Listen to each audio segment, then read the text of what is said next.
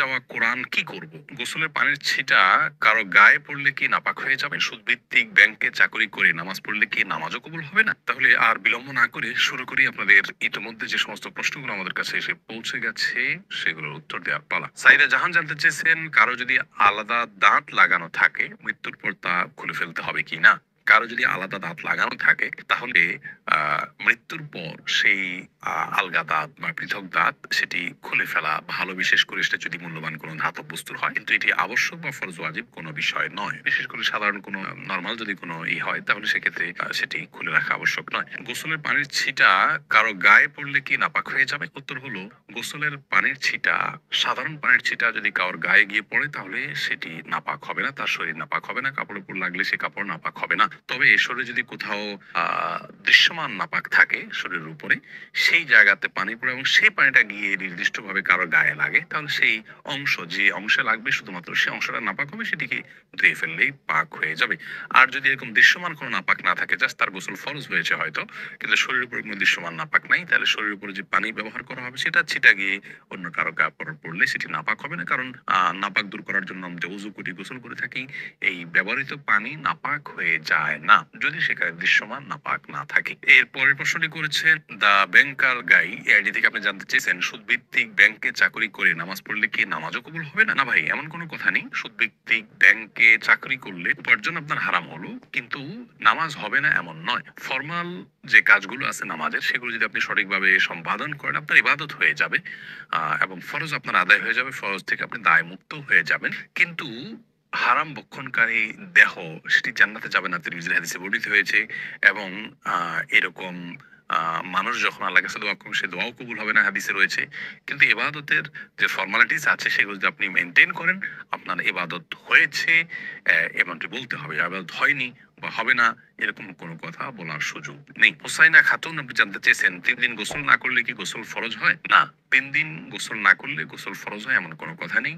অনেকে মনে করেন যে 3 দিন বা এতদিন গোসল না করলে তখন গোসল করতে হয় ফরজ হিসেবে। গোসল ফরজ হয় শুধুমাত্র মেয়েরা মাসিক থেকে পবিত্র হলেই, এবং সন্তান প্রসব পরবর্তী যে ব্লিডিং আছে সেটি থেকে পবিত্র হলে, এবং নারী পুরুষ উভয়ের বীর্যপাত হলে সহবাসের পর, এই জায়গাগুলোতে গোসল করা ফরজ বা আবশ্যক। এছাড়া এতদিন গোসল না করলে গোসল আবশ্যক হবে এমন কোনো কথা নেই। কেউ গোসল করা ছাড়া 5 দিন, 7 দিন, 10 দিনও যদি থাকে তারপরেও গোসল ফরজ হয় না। তবে হ্যাঁ, এরকম দীর্ঘ সময় গোসল না করে থাকা এটা অনুচিত। কারণ পরিচ্ছন্নতা এটা ঈমানের অংশ, এটা নেক আমলের অংশ। সেই জায়গা থেকে যত অল্প সময়ের মধ্যে সম্ভব, বিশেষ করে গায়ে যখন দুর্গন্ধ হয়, ঘামের গন্ধ হয়, তখন ঘামের গন্ধ এবং শরীরের ময়লা ইত্যাদি এগুলো দূর করবার জন্য গোসল করা উচিত। বিশেষ করে আজকাল আমরা মানুষের মাঝে যেতে হয়, মসজিদে যেতে হয়, তো শরীরে দুর্গন্ধ নিয়ে গেলে অন্যের কষ্টের কারণ হবে, সেই কারণে গোসল করা উচিত। সেটা একদিনে হোক, 2 দিনে হোক, বা যতটুকু সময় সম্ভব। কিন্তু এত সময়ের মধ্যে না করলে গোসল করা ফরজ হয়ে যায় এমন কোনো কথা নেই। এরপরে যে প্রশ্ন দেখতে পাচ্ছি তাহলে নাসিরুদ্দিন বাতুল আপনি জানতে চেয়েছেন পুরাতন বা ছেড়ে যাওয়া কোরআন কি করব? দেখুন, পুরাতন বা ছেড়ে যাওয়া কোরআন, আমাদের কোরআনের ব্যাপারে আমাদের করণীয় সম্পর্কে ইমাম মোহাম্মদ রাহিমাহুল্লাহ সহ অনেক বড় বড় ইমামগণের মত হলো সেটি আমরা কবরে বা এমন কোনো জায়গায় মাটিতে পুঁতে রাখবো যেখানে সচরাচর মানুষ পাড়া দেয় না। আস্তে আস্তে সেটা মাটিতে থাকতে থাকতে মাটির সাথে মিশে যাবে। কোরআন যদি ছেড়ে যায় বা ব্যবহার অনুপযোগী হয় তাহলে সেক্ষেত্রে আমরা এই কাজটা করতে পারি। আর এর বাইরে অনেক ওলামায়ে কেরাম পুড়ে ফেলারও পরামর্শ দিয়েছেন। তাদের দলিল হলো সহিহ বুখারীতে একটি হাদিস বর্ণিত হয়েছে, আমরা অনেকেই জেনে থাকবো, যে ওসমান রাদিয়াল্লাহু তাআলা আনহুর শাসন আমলে যখন কোরআনের কিছু কপি নিয়ে সমস্যা দেখা দিচ্ছে, অর্থাৎ কোরআন যেহেতু কয়েক আহ, আপনার উপভাষায় নাজিল হয়েছে, সেই উপভাষাগুলোতে অনেক কিছু কপি করা হয়েছে, পরবর্তীতে কিছু জটিলতা দেখা দিল, তো একটি রেখে বাকি কপিগুলোকে একত্র করে সাহাবায়ে কেরাম পুড়ে ফেলেছে। তো যেহেতু সাহাবায়ে কেরাম কোরআন যখন ব্যবহার অনুপযোগী হয় সেটাকে পুড়ে ফেলার আমল তাদের থেকে প্রমাণিত হয়েছে, সেজন্য অনেক ওলামায়ে কেরাম যে পুড়ে ফেলা যাবে। তো আমাদের সমাজে আজকাল প্রতিবাদের ভাষা হিসাবে মানুষ পুড়ে ফেলে, সেই জায়গা থেকে আমাদের ওলামায়ে কেরাম সচরাচর নিষেধ করেন যেন পুড়ে না ফেলে বরং দাফন করা হয়। এ হলো কোরআন যদি ব্যবহার অনুপযোগী হয় সেক্ষেত্রে আমাদের করণীয় সম্পর্কে বিস্তারিত আলোচনা। এরপরে জেন্টলম্যান আইডি থেকে আপনি জানতে চেয়েছেন মুসলিম ছেলে মেয়েদের লক্ষ্মী ছেলে বা লক্ষ্মী মেয়ে বলা যাবে কিনা? না ভাই, এভাবে বলা উচিত নয়। আমরা অনেক সময় যে সন্তানদেরকে স্নেহ করে ভালোবেসে লক্ষ্মী বলি, অবশ্য স্বামী স্ত্রী একে অন্যকে বলেন।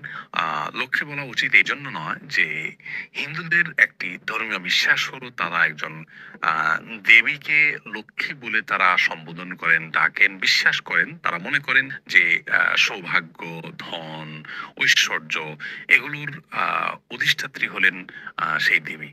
তো সেই জায়গা থেকে তাকে লক্ষ্মী বলা হয়। ভালো লক্ষণ তিনি বহন করেন। তো নিজের সন্তানকে বা প্রিয় কোনো মানুষকে যদি আপনি লক্ষ্মী বলেন, কেমন যেন আপনি সেই বিশ্বাসকে স্মরণ করে তাকেও ভালো লক্ষণ বহনকারী ওই দেবীর মতো যদি আপনি এরকম মনে করে করছেন না, কিন্তু তার সাথে সাদৃশ্য আছে, সে বিশ্বাসের সাথে কিছু দিক থেকে বাহ্যিকভাবে হলেও মিলে যাচ্ছে। আর শিরক এবং মুশরিকের বিশ্বাসের সাথে বাহ্যিকভাবেও সাদৃশ্য হয় এমন কোনো কাজ একজন মুসলমানের করা উচিত নয়। সেই জায়গা থেকে লক্ষ্মী ছেলে, লক্ষ্মী মেয়ে বলাটা অনুচিত। রাবেয়া ইয়াসমিন আপনি জানতে চেয়েছেন কারো গায়ের উপর দিয়ে হেঁটে গেলে গুনাহ হবে কিনা? কারো গায়ের উপরে হেঁটে গেলে সরাসরি কোনো গুনাহ হবে না। কারণ কোরআন হাদিসে এরকম কিছু নিষেধ করা হয়নি। কিন্তু যেকোনো মানুষের প্রতি সম্মান প্রদর্শন করা উচিত। কারো অসম্মান হয়, সম্মানহানি হয়, কারোর প্রতি অপমান প্রদর্শন হয়, এমন কোনো কাজ করা উচিত নয়।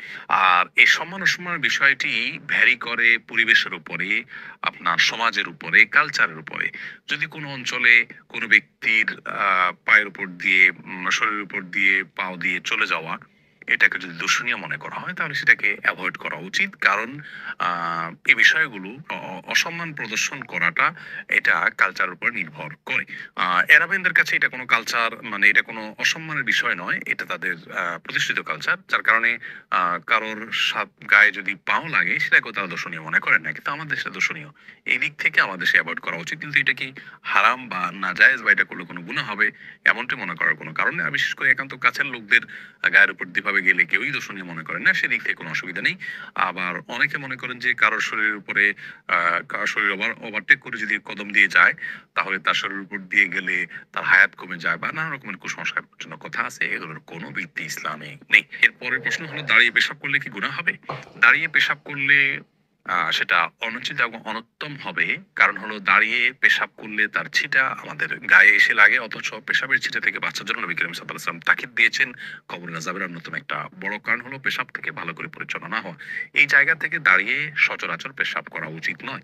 রাসূল আকরাম সাল্লাল্লাহু আলাইহি সাল্লাম সম্পর্কে আমাদের আয়েশা রাদিয়াল্লাহু আনহা বলেছেন এবং তিরমিজিতে হাদিসটি বর্ণিত হয়েছে। তার ভাষ্য হলো এরকম যে তিনি বলেছেন নবী আলাইহিস সালাম দাঁড়িয়ে পেশাব করতেন। এই কথা কেউ বললে তোমরা বিশ্বাস করবে না। সেই জায়গা থেকে দাঁড়িয়ে পেশাব করাটাকে অ্যাভয়েড করা উচিত এবং উত্তম। তবে সৌদি আরবের উলামায়ে কেরাম বিন বাজ ইবনে উসাইমিন রাহিমাহুল্লাহ সহ অনেক উলামায়ে কেরাম বলে থাকেন যে কেউ চাইলে দাঁড়িয়ে পেশাব করতে পারেন। বিশেষ করে পেশাবের ছিটা ইত্যাদি আসবে, নাপাক হয়ে যাবে, তার কাপড় শরীরে লেগে যাবে, এরকম আশঙ্কা যদি না থাকে তাহলে সে অবস্থায় দাঁড়িয়ে পেশাব করাতে অসুবিধা নাই। তারা মনে করেন তার কারণ হলো বুখারীর একটা হাদিস রয়েছে যে হাদিসে নবী করিম সাল্লাল্লাহু আলাইহি সাল্লাম কোন একটা ময়লাযুক্ত এলাকাতে যেখানে বসার পরিবেশ ছিল না সেখানে দাঁড়িয়ে তিনি পেশাব করেছেন। এই হাদিসটাকে তারা ব্যাপক অর্থে নিয়ে থাকেন। কিন্তু প্রথম মতটি অধিকতর বিশুদ্ধ এবং দলিল থেকে আপনার দলিল সমৃদ্ধ বলে আমাদের কাছে মনে হয়। অতএব সচরাচর এবং সাধারণ অবস্থাতে দাঁড়িয়ে পেশাব না করে বসে পড়াই উচিত। রাসূল আকরাম সাল্লাল্লাহু আলাইহি ওয়াসাল্লাম স্বাভাবিক অবস্থায় সেটিই করতেন। বিশেষ কোনো কারণে কোনো জায়গায় বসার পরিবেশ নাই এরকম হলে সেখানে দাঁড়িয়ে পেশাব করা যেতে পারে। বদির আলম আপনি জানতে চেয়েছেন শ্বশুরকে কি আব্বা বলা যাবে আর তার সাথে কতটুকু পর্দা করতে হবে? দেখুন, শ্বশুরকে বাবা বলা যাবে, কোনো অসুবিধা নেই।